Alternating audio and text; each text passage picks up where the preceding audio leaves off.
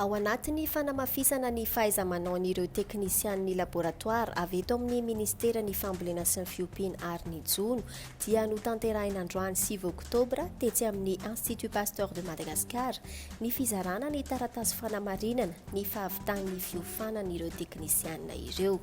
Fikirakirana ny ao anaty laboratoara, fitantanana ny fako, fanadiovana ny fitaovana fitiliana, fizahana ny aretin'ny biby ahafahana mitily mialoha ny aretina mahazo ireo biby ireo izay mety hitranga eny anivon'ny mpiompy no fiofanana nomeny teknisian'ny Institut Pasteur de Madagascar an'ireo teknisian'ny Ministera ny Fambolena sy ny Fiompiana ireo.